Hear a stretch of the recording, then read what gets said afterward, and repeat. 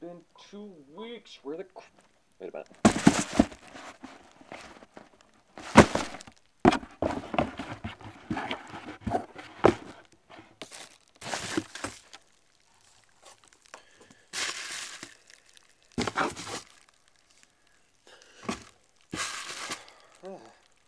Where's we going? Ah! There you are! Don't you realize the packing vlog's not going to be for another couple episodes? Oh, speaking of which, I need a film!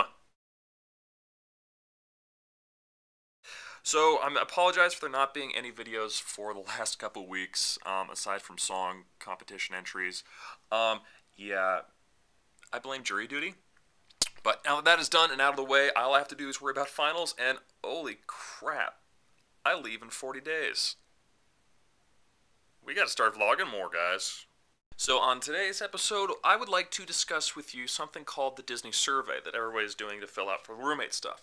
Well, given the fact that I'm going to be staying off property and I already know who all my roommates are because I've done the program with them as well as I was rooming with Austin before, I really don't think I need to do one. So instead, I'm going to do this thing called the 30 Disney Challenge, which is basically going to be me explaining 30 facts about myself that you probably do not know. And since almost all of you don't truly know me as well as a lot of other people who don't watch my channel do, this should be entertaining and somewhat interesting for you, and could also lead to potential blackmail. We'll see. My name is Derek Pryor. I'm currently 24 years old. I will be turning 25 down on the college program, and my hometown is Salt Lake City, Utah. I am not Mormon. I know it says I'm from Utah on my little name tag, but that does not make me Mormon. Just remember that. And I will glare at you, roll my eyes, and then answer with some smart assery comment if you ask me. Growing up in Utah, one of the norms for all of us in high school was choir. I was in 2 years worth of high school choir, which transcended across 3 classes, a cappella, men's ensemble, as well as madrigals. Madrigals was kind of like the high-end, highfalutin, we can sing and none of you all can, and we're also dressed in tuxedos choir. But the odd thing is in 2 years of choir, to this day, I can't read sheet music. Like, I can tell exactly where the notes are supposed to be when I'm singing them. I cannot tell you what's an A or E or flat or anything like that. I just know how to sing. One of the wonderful things about being in choir and singing is I was also recruited to be in the school musicals. Because I was in the school musicals in Joseph and the Amazing Technicolor Dreamcoat, I blew out my vocal cord, and because of that, my range is severely compromised. I'm not able to do falsetto anymore. Another fun pastime from people who live in Utah is the fact of the matter being that because a lot of people are interested in their family history and heritage, they take part in genealogy. Now, I'm not really done any research on my family tree, but according to my aunt, somehow along the lines of history, I am connected with Abraham Lincoln. I do not necessarily know the exact qualities of that, but it's still kind of cool. But at the age of 8, I was actually a writer, and in, I think, 3rd grade it was, I created a Back to the Future Part 4. It was incredibly horrible, and I thought my artistic skills at the time were incredibly overdoing everything that everybody else was doing, but let's just say that that one kind of got chalked up to a bad start. However, like, because of that, like, next month I'm graduating from the English department at the University of Utah as, well, within the English degree, as well as with an emphasis on creative writing. I have currently 2 books published and completed, one called Destined, and another one that is a collection of short stories, poems, works, etc. If you're interested in either of those books, check downstairs in the description. I will have the website that you can go and purchase said books. So going along with the writing thing, I currently have in the rattling rounds of the exoskeleton of up here, I have currently 15 story ideas, and 3 of which concern Disney. However, the ironic thing being that since I've been working down at Disney, I've had writer's block for the last 1.5 years. I'm hoping that that can be remedied when I go down in a month and a half. Since the age of 21, I have had what we call mitral valve prolapse. It's basically a problem with my mitral valve to the point where it charley horses at times, and I create or I have the sensation of heart attacks. It's not fun. But basically I have the experience of, I know what a heart attack feels like without the release of cardiac enzymes, which will put me into cardiac arrest. I guarantee it, nobody wants to have that wished upon their worst enemy. It sucks. Absolutely and unequivocally. Turning to something I did say earlier, I'm a fan of musicals and singing and everything, and my dream job would be, or dream role, would be able to play Mark Cohen in Rent. Granted, it would have to be off Broadway, and I'm going to use the restroom now, so that's out of the way. I have the ability to, if I truly tried, I could quote the entire Back to the Future Part 1 from memory. I don't know if that's an accomplishment or something to be sad about. And I am man enough to admit that every single time that I watch one specific movie, I tear up and cry. My tears fall like the milk into my bowl of tricks. And that movie, it's Deep Impact.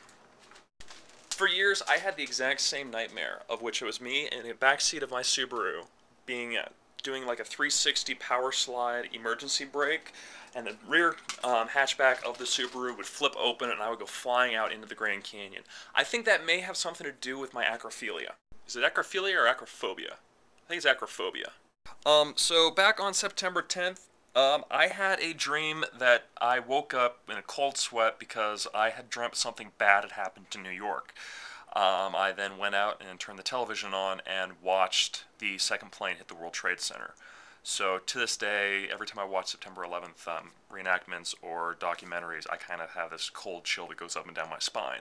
To go along with that, another reason that kind of freaks me out is the fact that my aunt and uncle were supposed to be flying out of Boston that day. However, we had no idea what was going on. We weren't able to get in contact with them. We didn't even know if they were on one of the planes that hit the World Trade Center or the Pentagon or crashed in Pennsylvania. We did, however, find out that their flight was later in the day and they were able to make it safe. Now, I'm glad that they were able to. However, it's important to note that of all the families who were impacted by September 11th, mine was one of the lucky ones. And I'm not trying to make myself feel inflated because of that, but it's an event that September 11th is my generation's version of Pearl Harbor. It's our generation's version of like the assassination of Abraham Lincoln. It's one of those things that we will never forget. I can tell you exactly every single moment I did that entire day. That's one of the few days I'm able to do that. Let's lighten things up. That got incredibly depressing incredibly fast. I am a huge Star Trek Voyager fan. I watched every single episode. And I do not consider myself a Trekkie. I'm a Star Wars fan. I go along with Star Wars fans. Of every single book published, ABY, if you know what ABY is, Mazel Tov points to you, and please don't point out what it actually stands for, or I'm going to look like an incredible nerd. But I have read every single Star Wars Expanded Universe book ever published, ever in print, after ABY. I know, right?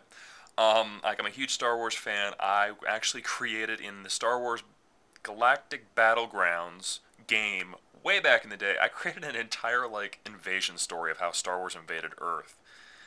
I'm a nerd. However, but being a nerd, like I'm a reader. I read a ton of stuff. However, if there's nothing new for me to currently read, I will go back and I will reread Angels and Demons and Jurassic Park.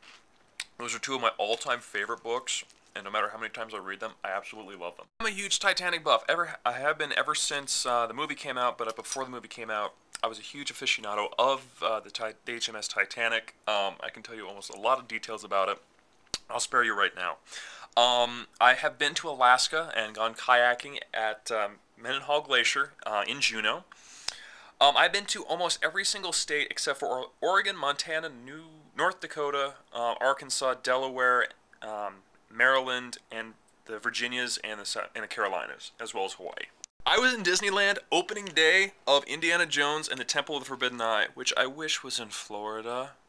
Although dinosaurs okay, it's not Indiana Jones. No matter how many times people say it is, it's not.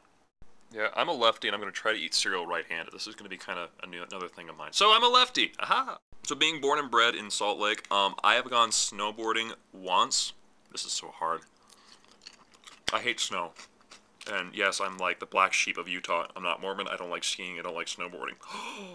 So if you watch this vlog, thank you. But if you remember the finale vlog I did where I was determining whether or not I was going to take my extension, here's the alternate ending of that video. If I had actually taken and accepted the extension, I was intending to cancel this vlog and turn it into like a mini-series called Termed, which is like a lost spoof on Tom Sawyer Island. But since I did not take the extension, that's why the Tom Sawyer element was added into the video. Along with that, I actually only intended to do the first vlog. I never intended to get any of the rest of these videos going, so thank you all very much for following and continuing and to support this and getting the information that you need if you're interested in doing the college program ad about this. I need to switch hands. I finished 2, 2, and 1 at a Magic the Gathering the hell's it called? Competition? Championship? Meetup? Meet and greet? I don't know. Whatever that thing was. I finished 2-2-1 after only having played Magic the Gathering 1 week, and I pissed a lot of nerds off. I'm ashamed to admit it, but it took me 10 years to beat Tales of Symphonia on the Wii, and it took me 9 years to beat Final Fantasy X. However, for my defense about Final Fantasy X, my memory card broke as I was about to enter Xanarkand. Choking on tricks. I have never completed a Mario game, and I have never played through more than 5 minutes worth of Legend of Zelda Ocarina of Time. You can start the hate mail now. I am sorry. I'm sorry, but I play a ton of Rock Band. My Rock Band name is the CPs, and on my NHL 10 custom league that I've created, every single player is a CP that I know. A little bit of a nerd. I can replay StarCraft, Pokemon, and Kingdom Hearts as many times as I want and never get bored with them. I mean, come on. Realistically, the first MMO was Pokemon back in '98. And yes, I was there for the launch of the first one. Although I never owned a Game Boy until Crystal came out. So I'm over the 10-minute mark, as well as my cereal is getting soggy. So I'm not going to do the survey vlog. Next week, we are going to be doing the DCP bucket list, as well as the 11 Disney things.